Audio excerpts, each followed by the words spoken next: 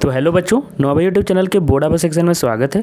तो बच्चों आज हम आपका मैथमेटिक्स का जो सेट 3 है उसका हम सॉल्यूशन लेके आए हुए हैं। ठीक है, तो सेट 3 का चलिए हम सॉल्यूशन कर लेते हैं। देखिए सेट 3 है और ये माध्यमिक परीक्षा आपका जो हुआ है, सावधिक परीक्षा होने वाला है, उसका आपको मिल रहेगा सॉल्यूशन।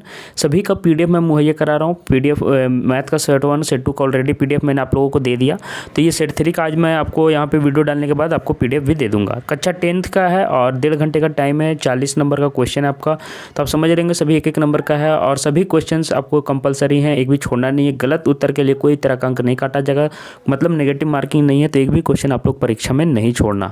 ठीक है, तो मैं आपको बता दूं कि बच्चों हमारे पास एक टेलीग्राम ग्रुप है, तो उस टेलीग्राम ग्रुप से आप लोग जरूर जुड़ जाइए। यहाँ पे दिख पा रहा होगा आपको 2 चैनल है हमारे, बोर्ड आभा जैक बोर्ड और बोर्ड आभा चैट ग्रुप। तो आप बोर्ड आभा जैक बोर्ड में जुड़ जाइएगा तो वहाँ पे सभी नोट्स और लेक्चर सभी मिल जाएंगे। बोर्ड आभा चैट ग्रुप में सभी बच्चे बातचीत कर सकते हैं कि अब भी पढ़ाई के रिलेटेड ही बात करना है। ठीक है, इधर उधर की बातें नहीं करना है, तो वहाँ पे भी आप ज्वाइन कर सकते हो। दोनों ग्रुप आपको दिख रहा है।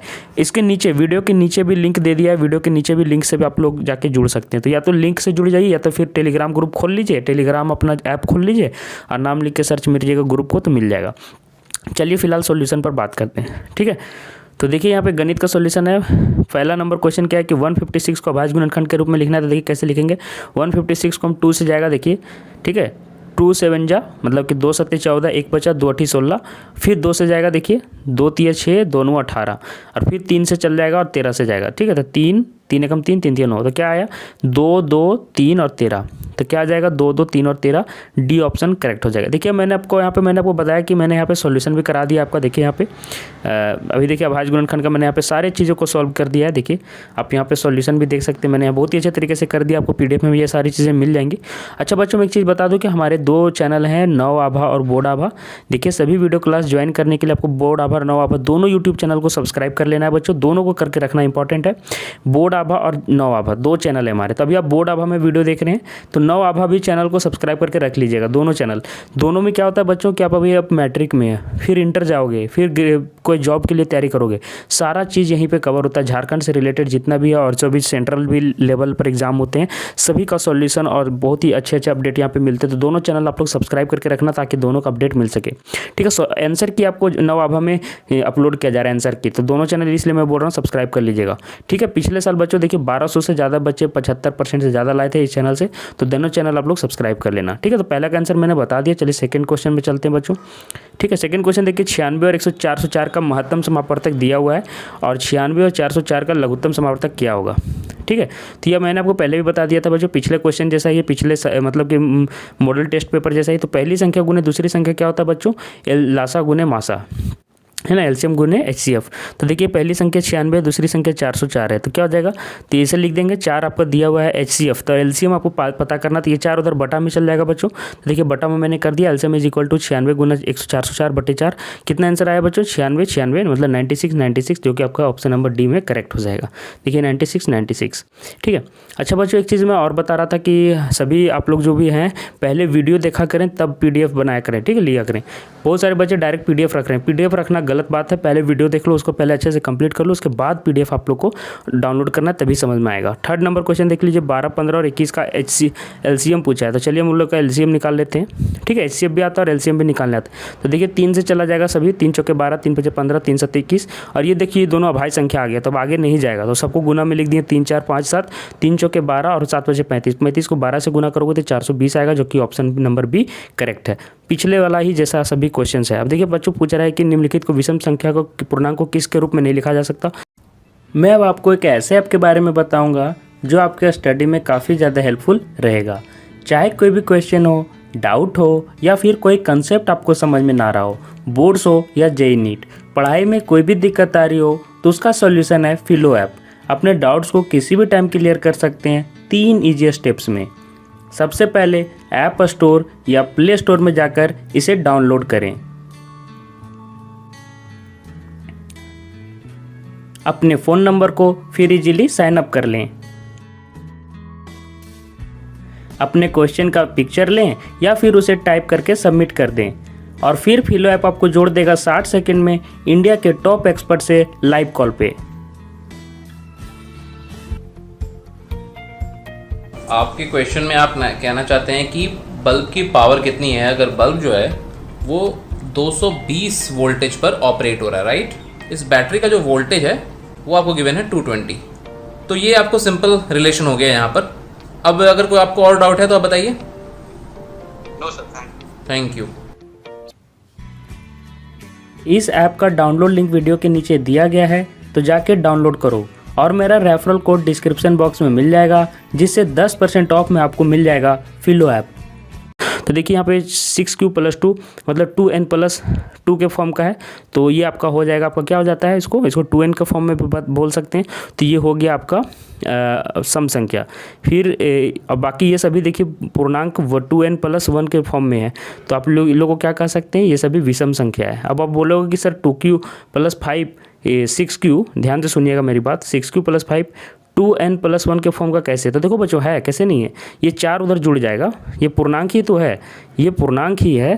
तो इसको भी हम, ये भी पूर्णांक है 2n के फॉर्म में, 2Q और 5 को भी यहाँ से 4 निकाल लीजिएगा, तो 6Q+4+1।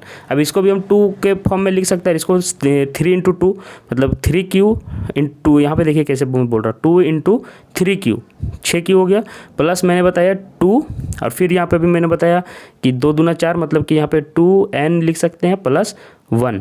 ठीक है, तो ये सभी देखिए 2n 2n+2n का ही फॉर्म में रहेगा और +1। तो ये आपका इसी तरह से ये तीनों आपका क्या हो जाएगा, विषम संख्या का पूर्णांक, लेकिन ये नहीं है, ये सम संख्या का है। तो बी ऑप्शन करेक्ट हो जाएगा। ठीक है, इसका मैं वीडियो में आंसर भी दे दिया हूँ। द्विघात समीकरण के शून्यक यहाँ पे पूछ रहा है बच्चों, इसके शून्यक। तो चलिए इसका शून्यक हम फैक्टराइज मेथड से आपको बता देते हैं, यहाँ पे कैसे निकलेगा, देख लीजिए। देखो बच्चों, 6 यहाँ पे 6 × k² क्या हो गया, 6x²। इसका देखिए 6 का निकालेगा, 2 × 6 3x और 2x के रूप में इसको तोड़ देंगे बच्चों, 3x और x के बीच में, 2x और x के बीच में। ठीक है, तो देखिए 3x और 2x में मैंने इसको तोड़ दिया, और उसके बाद फिर देखिए यहाँ पे फैक्टराइज भी कर दिया मैंने। तो x - 2 और x - 3 = 0, आपको दो आंसर आ जाएगा, x = 2 और x = 3। ठीक है, तो कौन सा ऑप्शन सही हो जाएगा, सी ऑप्शन करेक्ट हो जाएगा।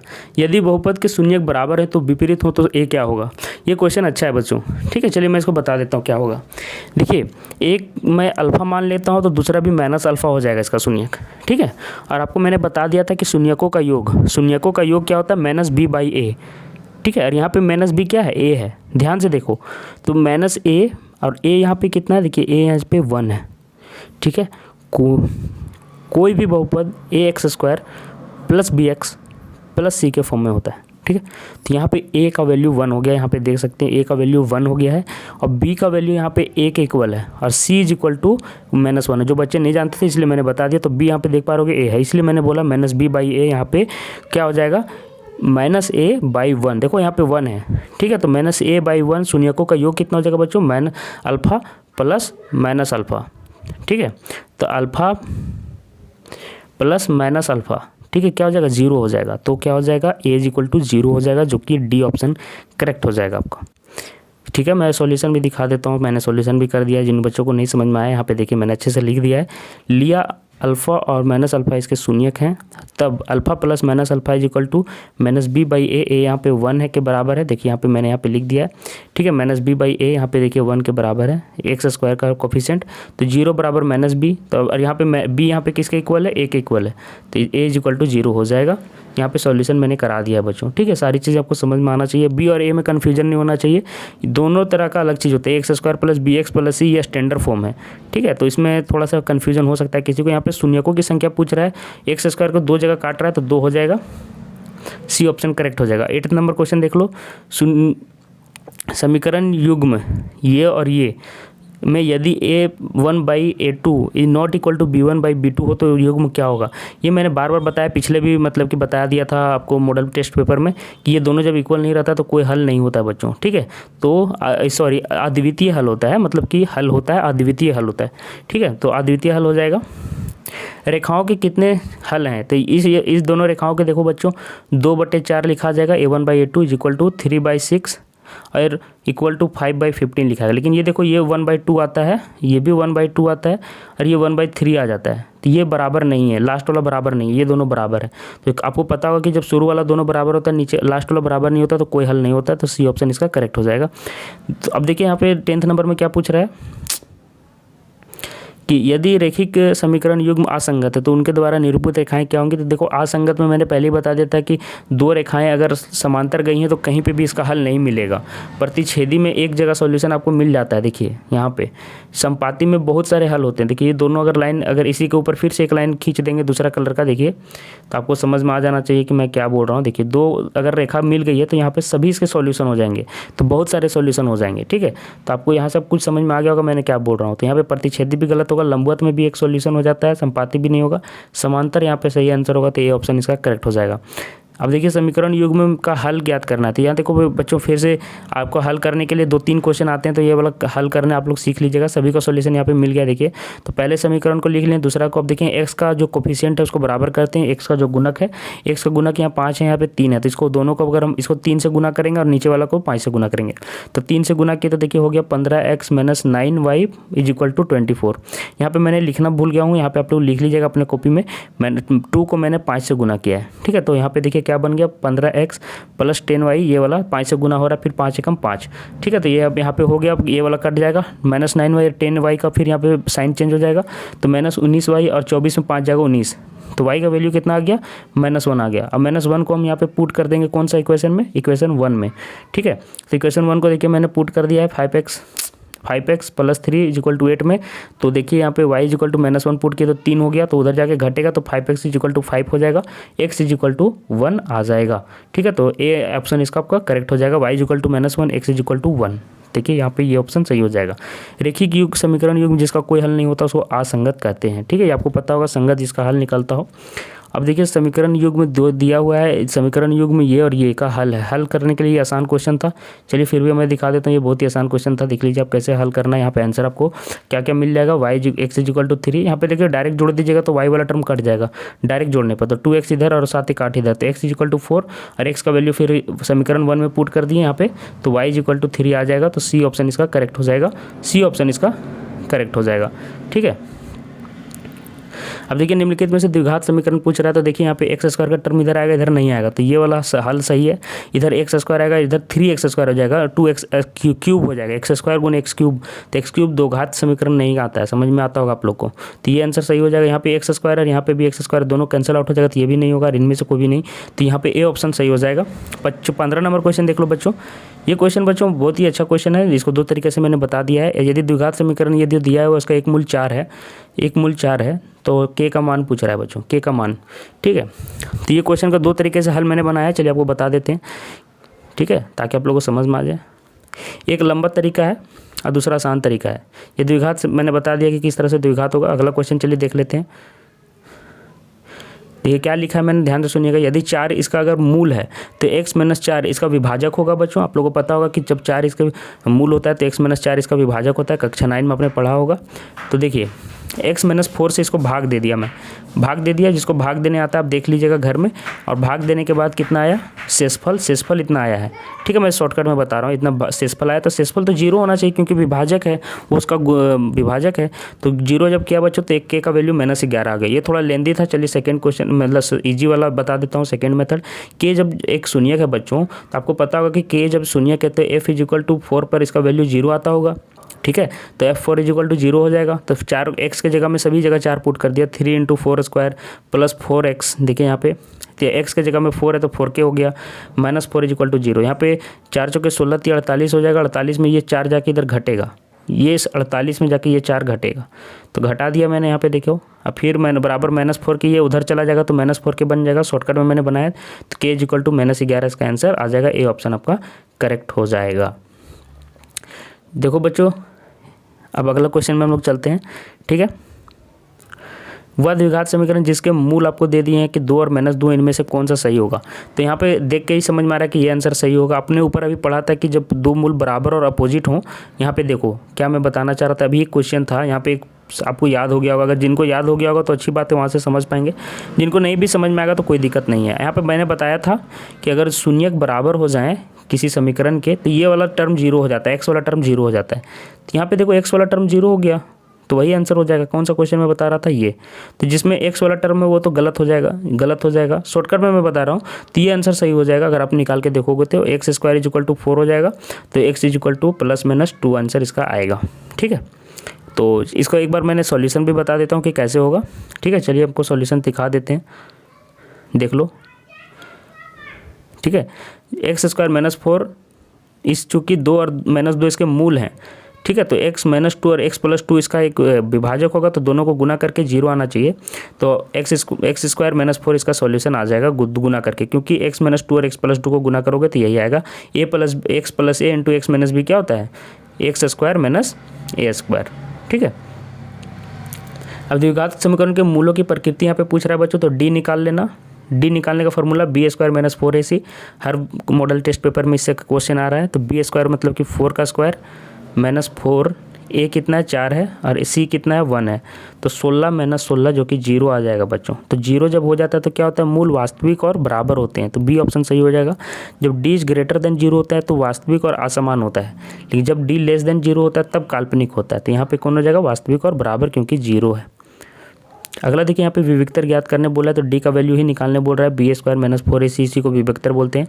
तो -4 का स्क्वायर यहाँ पे कीजिएगा, -4 और a का वैल्यू 2 है और 3 हो जाएगा c का वैल्यू, तो क्या होगा 16 और 4 दूनी 8 थे 24, 16 माइनस 24 कितना आंसर आएगा, -8 इसका आंसर आएगा। डी ऑप्शन आपका करेक्ट हो जाएगा, ठीक है। देखो जहाँ पे भी ये धुंधला में लिखा हुआ है तो ये धुंधला ही आंसर है। मैं ऐसे मजाक के लिए बोल रहा हूँ, ऐसा आपके एग्जाम में नहीं होने वाला है, लेकिन अब मुझे ऐसा लग रहा है कि ये धुंधला में लिखा हुआ है तो धुंधला वाला ही आंसर है। चलिए मिला के देखते हैं कि ये धुंधला लिखा है तो क्या ये धुंधला वाला ही आंसर होता है या नहीं होता है। चलिए देख लेते हैं एक बार, ठीक है। तो यदि द्विघात समीकरण के समान मूल हैं तो ये क्या होगा, तो आपको मैंने बताया कि समान मूल है तो b square minus 4ac equal to 0 होना चाहिए। तो यहाँ पे -4 का स्क्वायर -4, ए कितना दिया है a और c दिया है 1, ये इक्वल टू 0 होगा। तो 4 चौके 16 minus 4a is equal to 0। अब देखिए 16 इज इक्वल उधर जाके 4a प्लस हो जाएगा, तो क्या हो जाएगा 4a इज इक्वल टू 16, तो a इज इक्वल टू 4 आ जा रहा है। तो देखिए धुंधला वाला ही सही आंसर आ रहा है, डी ऑप्शन। चलिए अब इसमें देख लेते हैं, यहाँ पे कोई धुंधला नहीं दिया है, देखिए यहाँ पे, तो आप लोग फंस सकते हैं। तो यहाँ पे धुंधला है, तो यहाँ पे कोई धुंधला क्वेश्चन नहीं है। तो द्विघात समीकरण का मूल ज्ञात करना है, तो ये वाला मैंने आपको बताया था, x square minus 2x minus x plus 2 करके आप सॉल्व कर सकते हैं, ठीक है। सॉल्व करके इसको करेक्ट कीजिएगा। चलिए मैं एक बार सॉल्यूशन इसका दिखा देता हूँ 20 नंबर का, ठीक है। आप लोग यहाँ पे देख सकते हैं 1 और 2 इसका आंसर आएगा, डी ऑप्शन सही होगा। बार बार एक्सप्लेनेशन नहीं करूँगा, आप देख के इसका पीडीएफ में आंसर समझ पाओगे, ठीक है। चलिए 21 नंबर में चलते हैं, क्या कि मैंने बहुत सारा सॉल्व करवा दिया है। इसमें एपी में ए और डी पूछ रहा है, तो ए आपको पता चल जाएगा 3/2 है पहला पद, देखिए। और डी कैसे निकलेगा, तो अगला टर्म में पहला टर्म घटा देंगे, इसमें इसको घटा देंगे, माइनस हाफ में 3/2 घटेगा, तो नीचे 2 आएगा, 1 माइनस 3, ठीक है। भिन्न का घटाव हो गया, यहाँ देखिए इसको, तो क्या हो जाएगा -2/2, क्या आएगा -1, तो क्या हो जाएगा -3/2 और -1, सी ऑप्शन आपका करेक्ट हो जाएगा। यहाँ पे 30वां पद पूछ रहा है बच्चों, मतलब 830 पूछ रहा है, ठीक है। चलिए इसको हम सॉल्यूशन ही दिखा देते हैं 22 नंबर। देखो बच्चों 22 नंबर का सॉल्यूशन मैंने यहीं पे कर दिया, ये आपका एपी यहाँ पे दिख रहा है, और यहाँ पे ए 10 है तो ए 10 लिख दिया। डी हम कैसे निकालेंगे, 7 में 10 घटाएंगे तो -3 आएगा, देख लो। अब 830 का फॉर्मूला आपको मैंने बताया था, ए एन का फॉर्मूला आपको बताया है, A plus N minus 1 into D होता है। यहाँ पे ए एन कर लेना, यहाँ पे 30 लिखा गया गलती से, यहाँ पे ए एन कर लेना, ठीक है। तो A N is equal to ये होता है फॉर्मूला, तो देखो यहाँ पे एन लिख दिया, फिर ए की जगह 10 एन माइनस 1 मतलब 30 माइनस 1 इंटू डी, क्योंकि टर्म की संख्या यहाँ पे एन भी लिख लेना, अगर लिख सको तो एन इज इक्वल टू। और सभी का नोट्स, सभी मॉडल पेपर का जो मैं पीडीएफ डाल रहा हूँ बच्चों, तो आपको उससे उतार के जहाँ जहाँ मैंने गलती भी बताया कि कुछ हो जाता है, छूट जाता है जल्दीबाजी में, तो आप अपने कॉपी में करेक्ट कीजिएगा। ऐसा नहीं कि सिर्फ पीडीएफ देख रहे हैं, वीडियो देख रहे हैं, रखते जा रहे हैं। पीडीएफ का क्वेश्चन का जितना मैंने सॉल्यूशन दिया, आपको खुद बना के अपने कॉपी में उतारना है और उसको मैच करना है। मैच करने के लिए मैं यहाँ पे दे रहा हूँ, एन इज इक्वल टू 30 यहाँ पे लिख लेना अपने असुविधा के लिए। तो यहाँ पे देखो ये वाला गुना करोगे तो कितना आएगा 10, 30 में गया 29 और -3, 29 दिया 87 होता है बच्चों, 10 में 87 घट गया -77, इसका आंसर आएगा, बी ऑप्शन इसका करेक्ट हो जाएगा। 22 नंबर भी मैंने बता दिया -77। देखो बच्चों यहाँ पे कौन सा पद 27 होगा, तो यहाँ पे 27 इनवर्ट टर्म है, तो यहाँ पे a plus N minus 1 into d वाला फॉर्मूला फिर से लगेगा, ठीक है। तो a का यहाँ पे वैल्यू 5 है और n का वैल्यू यहाँ पे पता नहीं है, n माइनस 1, और d का वैल्यू कितना हो जाएगा 7 में 2 5 में घटाओ 2 आएगा, ठीक है। चलो इसका सोल्यूशन वहीं दिखा देते हैं तुम लोग को। देखो ए का वैल्यू 5 है, ए एन 27 है, डी का वैल्यू 2 है। कैसे निकालते हैं अब आप लोग को सीख जाना है अभी तक। 27 A plus N minus 1 into D, यहाँ पे फॉर्मूला पे पुट किया, सॉल्व किया, एन बराबर 12, ए ऑप्शन इसका करेक्ट आ जाएगा, ठीक है। चलिए 24 नंबर देखो क्या पूछ रहा है, 22 पदों का योग पूछ रहा है, कौन सा फॉर्मूला लगेगा, s n is equal to n/2 into 2a plus N minus 1 into d, ठीक है। ए का वैल्यू क्या है, ए का वैल्यू 8 है, एन का वैल्यू क्या है, एन का वैल्यू 22 है, तो बन जाएगा डी का वैल्यू कितना है, तो 3 - 8 मतलब कि -5 होगा। ठीक है, चलो इसका हम सॉल्यूशन दिखा देते हैं। ठीक है, देखो सभी चीज़ें मैंने यहाँ पे लिख दी है, एस एन का फार्मूला लिख दिया है, वैल्यू पुट कर दो, एन का वैल्यू यहाँ पे एन ए का वैल्यू, एन का वैल्यू, फिर डी का वैल्यू -5 रहेगा। ठीक है, सभी को हिसाब करिएगा, इस तरह से बनेगा।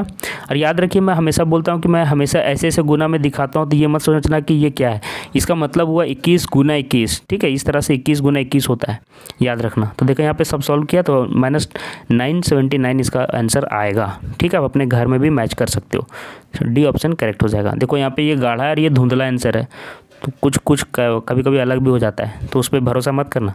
ठीक है, मैं वैसे ही देख रहा था, मजाक कर रहा था आपके साथ। समान भुजाओं वाले सभी बहुभुज समरूप होते हैं यदि उनकी संगत भुजाएं, तो समान भुजाओं वाले सभी बहुभुज समरूप होते हैं यदि उनकी भुजाएं क्या हो, समानुपाती हो, है ना, एक दूसरे के समानुपाती होना चाहिए। ठीक है, 26 नंबर में देखो ये पूछ रहा है, ये क्वेश्चन थोड़ा सा अजीब है, देख लो AD और DB क्या हो गया 1/1.5, और फिर दिया है कि AE ये 2 और 4, तो 1 एकम में 1/2 आ गया, और इधर 1/2 नहीं आता है बच्चों। यहाँ पे 1.1/2, यहाँ पे अगर 2 रहता तो आता, तो यहाँ पे ये समझ में आ रहा है कि ये AD/BD is not equal to AE/EC है, नहीं है इक्वल। तो यहाँ पे देखते हैं क्या ऑप्शन सही हो जाएगा, निम्न में से कौन सा कथन सत्य है। तो ये समांतर भी नहीं होगा, जब ये बटा ये नहीं है तो ये समांतर नहीं होगा, तो ये गलत है। कौन सा कथन सत्य पूछ रहा है, DE बराबर BC, ये भी हम नहीं कर सकते। DE समलंब है BC के, ये भी हम नहीं कर सकते। इनमें से कोई नहीं इसका आंसर होगा बच्चों। चलो मैंने सॉल्यूशन क्या बनाया इसका देख लेते हैं। 27 नंबर देख लो, समरूप त्रिभुजों की संगत भुजा क्या होती है, समानुपाती होती है। बी ऑप्शन इसका करेक्ट हो जाएगा। ठीक है, अब यहाँ पे देख लो 2 त्रिभुजों के लिए कौन सा कथन सत्य है, तो यहाँ पे मैं आपको लिखने सिखा देता हूँ। ये बहुत ही इंपॉर्टेंट क्वेश्चन है, बहुत सारे बच्चे इसको गलत करते हैं। संगत भुजा देखो, संगत भुजा अगर देखने सीख गए तो सही हो जाएगा। तो ये 6 है, तो 6 दूना 12 यहाँ पे है, 3.8 का दोगुना यहाँ पे दिया हुआ है 7.2, 6 3.3 का यहाँ पे दिया हुआ है दोगुना 6√2, तो कैसे लिखेंगे, BC बट्टे में ये लिखेंगे जो इसका संगत है, PQ बराबर AC जब लेंगे, शुरू वाला त्रिभुज का ऊपर ले रहा हूँ, बाद वाला त्रिभुज का नीचे ले रहा हूँ, 3√3, तो ये लेना होगा, नहीं सॉरी ये लेना होगा हमको। फिर से मैं लिख देता हूँ BC, मेरा राइटिंग थोड़ा ख़राब है बच्चों, तो थोड़ा वैसा मत सोचिएगा। और AC जब लेंगे तो AC के जगह में हमको ये लेना होगा, तो क्या लेंगे, RP इज इक्वल टू, देखो कैसे बनाते हैं, 3.8 है तो AB बटे RQ है ना, वो RQ है, हाँ शायद। तो देखो बच्चों कैसे लिखना है, CC यहाँ पे 2 बार आया है, देख रहे हो, यहाँ पे कलर चेंज कर देते हैं आप लोगों की सुविधा के लिए। CC यहाँ पे 2 बार आया है, तो यहाँ पे PP 2 बार आया है। चलिए हम A वाला पहले देख लेते हैं। यहाँ पे AA 2 बार आया है, AA 2 बार आया है, तो यहाँ पे RR 2 बार आया है, तो यहाँ पे ABC त्रिभुज समरूप हो जाएगा। AA 2 बार आया तो RR 2 बार आया, तो A शुरू में तो R शुरू में जाएगा। फिर B के लिए चेक करते हैं, B यहाँ पे 1 बार है, B यहाँ पे 2 बार हो गया, तो PQ और RQ में QQ 2 बार आया, तो यहाँ पे RQ हो जाएगा। और फिर देखो C के लिए यहाँ पे भी C है, और यहाँ पे भी C है, यहाँ पे भी C है, 2 बार C है, यहाँ पे P है और यहाँ पे P है, तो C के जगह में P, तो RQP हो जाएगा। RQP कहाँ पे दिख रहा है हमको, B ऑप्शन में दिख रहा है, तो B ऑप्शन करेक्ट हो जाएगा बच्चों। अब आपको सीख गए होंगे बनाना है इसको। मान लीजिए आपको ये दोनों आपको दिया हुआ समरूप है, क्षेत्रफल का आपको यहाँ पे दे दिया वैल्यू, तो इसका BC का वैल्यू पूछा है। आपको पता होगा कि संगत भुजा पहले ABC त्रिभुज दिया हुआ है, फिर DEF दिया हुआ है, तो पहले हम ABC का भुजा लिख लेते हैं BC बटे EF लिख देते हैं। आगे पीछे भी कर सकते हो, कोई दिक्कत नहीं। स्क्वायर, इसका स्क्वायर होता है दोनों के क्षेत्रफल के क्या बोलते हैं उसको, अनुपात के बराबर। तो 64 ऊपर लिखेंगे और नीचे 121। ठीक है, दोनों तरफ स्क्वायर रूट ले लो। ठीक है, दोनों तरफ स्क्वायर रूट ले लोगे तो ये BC सही रह जाएगा। तो ठीक है, इरेजर से मैं मिटा देता हूँ, ये BC इधर रह जाएगा और इधर रूट चला जाएगा। ठीक है, मैं अब समझ रहे होंगे मैं क्या बोल रहा हूँ। तो ये अब मुझे इसको हटा देना होगा इरेजर को, और यहाँ पे ले लेना होगा इसको, तो यहाँ पे इसको रूट में चला जाएगा, है ना, क्योंकि मैंने दोनों तरफ स्क्वायर रूट लिया।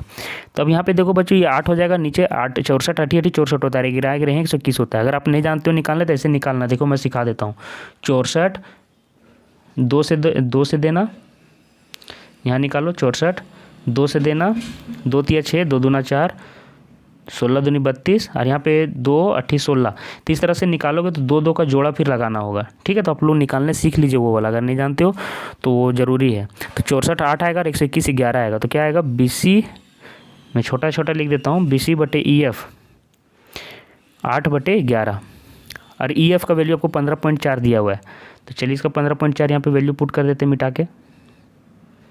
मिट नहीं रहा है क्यों पता नहीं, इरेजर का साइज़ बढ़ा देते हैं, ठीक है। यहाँ पे हमको कितना बोले, कितना लिखना है बच्चों, मैंने बोला 15.4 लिखना है। क्रॉस गुना कर दो, ठीक है। क्या हो जाएगा, BC बराबर हो जाएगा 8 गुने 15.4/11। 11 से कटा दो, 11 कम 11, 11 चौके 44, लेकिन 0.4 चल जाएगा। तो क्या है आंसर मेरा, 8 गुने 1.4, ठीक है। तो 1.8 गुने 4 यही आया था ना, या 1.4 गुने 8 आया था, 1.4 गुने 8। तो 14 ठीक 112 होता है बच्चों, तो 11.2 इसका आंसर सही हो जाएगा, ठीक है। तो ये ऑप्शन इसका करेक्ट हो जाएगा। 30 नंबर क्वेश्चन तुम लोग देख लो। एक समबाहु त्रिभुज की भुजा आपको दिया हुआ शीर्षलंब की ऊंचाई, इसका एक फॉर्मूला भी होता है, चलिए हम आप लोग को PDF में ही दिखा देते हैं। देखो सभी का सॉल्यूशन मैंने यहाँ बता दिया। तो यहाँ पे देखो मैं उल्टा लिया हूँ, तो यहाँ पे भी उल्टा लेना होगा। ऐसा नहीं कि ये सॉल्यूशन गलत है, जब ऊपर लोगे तो उसके हिसाब से ये भी बदलेगा। सभी सॉल्यूशन मैंने सही बनाए, कोई भी गलत नहीं है, तो आप लोग कंफ्यूज मत होना। अब देखो यहाँ पे त्रिभुज है, भले ही आप गलत सोच रहे होगे, ठीक है, कोई भी क्वेश्चन का सॉल्यूशन यहाँ पे गलत नहीं है। यहाँ पे देखो त्रिभुज ABC है, ठीक है। ये पिछले वीडियो में मैंने बता दिया था बच्चों कि जब समबाहु त्रिभुज के जब यहाँ पे शीर्षलंब खींचते तो ये 10-10 में क्यों हट जाता है। जो बच्चे इसको समझ गए थे कि क्यों 10-10 में बढ़ जाएगा, सर्वांग समता मैंने सिद्ध किया था। तो जो बच्चे समझ गए होंगे वही इसको, आप लोग को नहीं भी समझो कोई दिक्कत नहीं है, लेकिन जो बच्चे समझ गए होंगे वो नीचे लिख दीजिए, बता दीजिएगा कि मैंने क्या लिखना है आपको कि 30 नंबर क्वेश्चन को समझ गया था। लिख दीजिएगा 30 नंबर क्वेश्चन समझ गया, तो मैं समझ जाऊंगा कि आप लोग वो वाला समझ गए थे जो मैंने सर्वांग समता सिद्ध किया था। मैं उससे देखना चाहता हूँ कि कितने बच्चे वो वाला मेरा समझे थे, जो हम बता दिए थे कि ये होगा वो होगा। बताया था ना कि सर्वांग समता कैसे सिद्ध करते हैं समबाहु त्रिभुज में, क्लास 8-9 का था। तो चलो यहाँ से AD का हमको वैल्यू निकालना है। तो AD बराबर क्या हो जाएगा समबाहु त्रिभुज से, ठीक है। इसका फॉर्मूला हम लोग यूज कर लेते हैं। तो इस फॉर्मूला यूज हुआ तो AD = क्या हो जाएगा, आपका पाइथागोरस थ्योरम से AC² - DC²। तो AC² - DC², 20 का स्क्वायर - 10 का स्क्वायर। तो देखो यहाँ पे 400 माइनस, जिसको फार्मूला याद नहीं है इसे बना लेना। तो यहाँ पे आएगा 10√3, ठीक है। और जिसको फार्मूला याद है, देखो क्या फार्मूला होता है, √3a होता है फार्मूला, ठीक है। तो यहाँ से ये करके आपको शीर्षलंब का ऊंचाई मिल जाएगा 10√3, ठीक है। A ऑप्शन इसका करेक्ट होगा।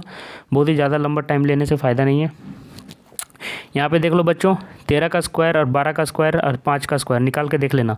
12 का स्क्वायर 144, 5 का स्क्वायर 25, जोड़ो कितना आता है, 169 आता है। दोनों छोटा वाला को जोड़ना है, अब बड़ा वाला का मिल जाएगा स्क्वायर, 13 169 होता है। तो ये दोनों का स्क्वायर जब तीसरे का स्क्वायर के बराबर होता है तो क्या हो जाता है, वो समकोण त्रिभुज होता है, ठीक है। ये वाला क्वेश्चन बार बार में सॉल्व हर बार दिया जा रहा है। एक वृत्त के दो बिंदुओं पर प्रतिच्छेद करने वाली रेखा क्या कहलाती है बच्चों, छेदक रेखा कहलाती है। B ऑप्शन करेक्ट हो जाएगा। 10 सेंटीमीटर त्रिज्या के वृत्त के दो समांतर, देखो दो एक वृत्त है, इसका स्पर्श रेखा इसी से खींचा जाएगा।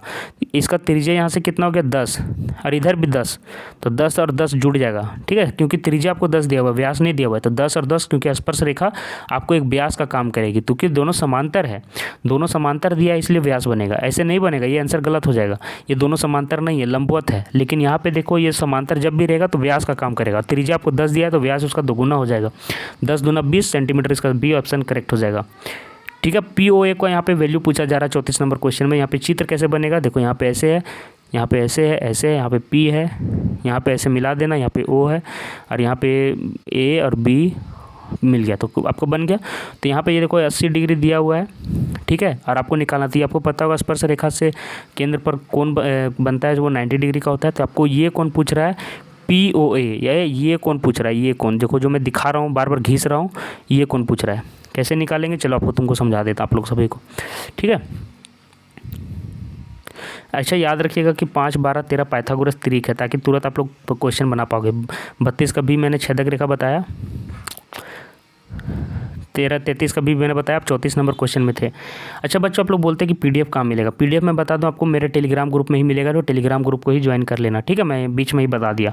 तो जो बच्चे यहाँ तक पहुँचे हैं तो वो बहुत ही अच्छी बात है कि आप लोग वीडियो पूरा देखते हैं। कुछ बच्चे बीच में ही छोड़ देते हैं,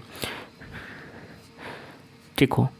तो ये 40 डिग्री हो जाएगा बच्चों। जब मैंने इसको मिला दिया था देखो, तो 40 डिग्री में बढ़ जाएगा क्योंकि वो 80 डिग्री है।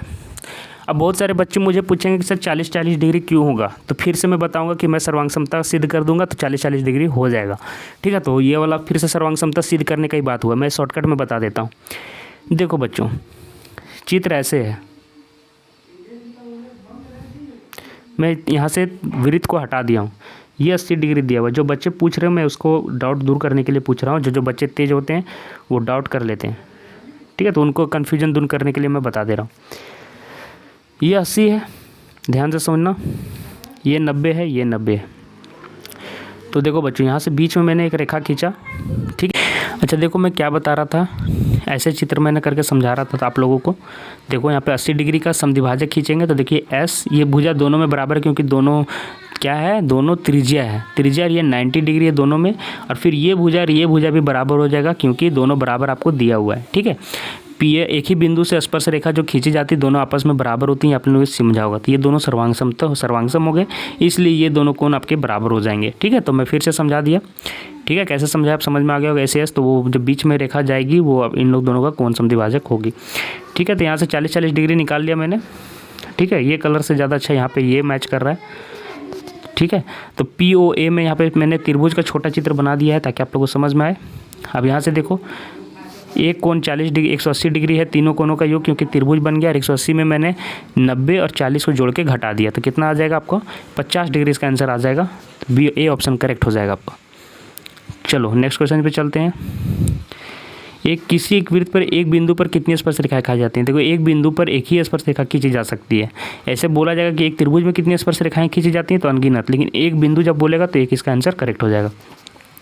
90 सेंटीमीटर केंद्रीय कोण आर त्रिज्यखंड वाले त्रिज्यखंड का क्षेत्रफल पूछ रहा है, आपको याद होगा पाई आर स्क्वायर, बार बार एक ही क्वेश्चन आ रहा है। 90 डिग्री बटे 360 कट के 1/4 आ जाएगा।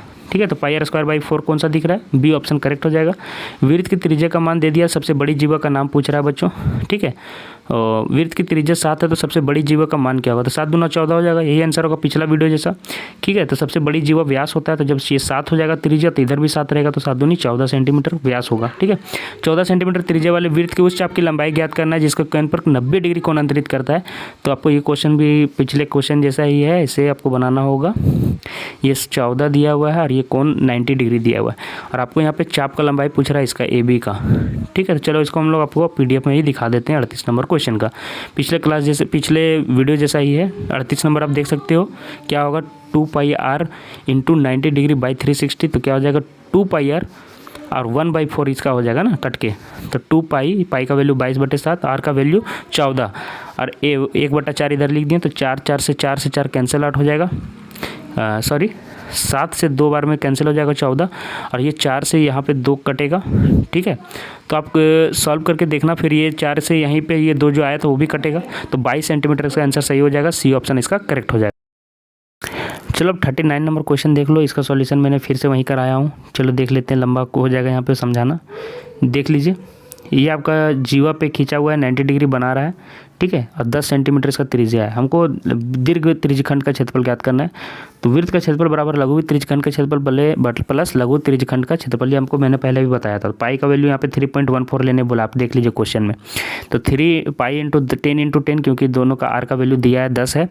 दीर्घ त्रिज्यखंड का क्षेत्रफल पाई आर स्क्वायर होता है ना क्षेत्रफल का फॉर्मूला, वही मैं यहाँ पे किया हूँ, आप लोग कन्फ्यूज मत होइएगा। आर स्क्वायर को हम लिख सकते हैं आर गुने आर, तो वही आर गुने आर को लिखा है 10 गुने 10, कन्फ्यूज़ नहीं होना, ये सभी चीज़ें बच्चे वाली बात है। अब तो यहाँ पे देखो, लघु वृत्त त्रिज्यखंड का क्षेत्रफल हमको यहाँ से निकाल सकते हैं। ठीक है, क्योंकि आपको यहाँ पे दिया हुआ है, तो क्योंकि 90 डिग्री आपको दिया हुआ है, तो pi R square into theta 90 degree बन रहा है। ऊपर जाके देखिए यहाँ पे, यहाँ देखो 90 डिग्री बन रहा है ना यहाँ पे।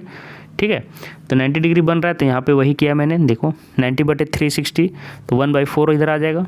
अब देखो यहाँ पे ध्यान से सुनना, पाई गुने 100 दोनों में कॉमन है, सुन रहे हो, तो 100 पाई दोनों में कॉमन है, तो ये उधर जाके ऐसे भी माइनस होगा।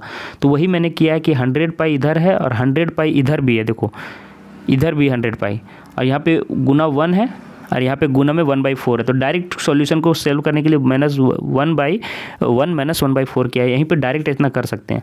अगर आप लोग को इसमें दिक्कत होता है बच्चों, तो आप लोग इसको सॉल्व कर लीजिए, इसका वैल्यू निकाल लीजिए, इसका वैल्यू निकाल लीजिए और इसको जाके उधर घटा देना। अगर ये वाला समझ में नहीं आता है कॉमन कैसे लिया जाता है, तो मैंने सीधे यहाँ पे इसको रखा है और इसको जाके उधर कॉमन कर दिया, तो देखो ये वाला आपका कोई यहाँ पे आएगा।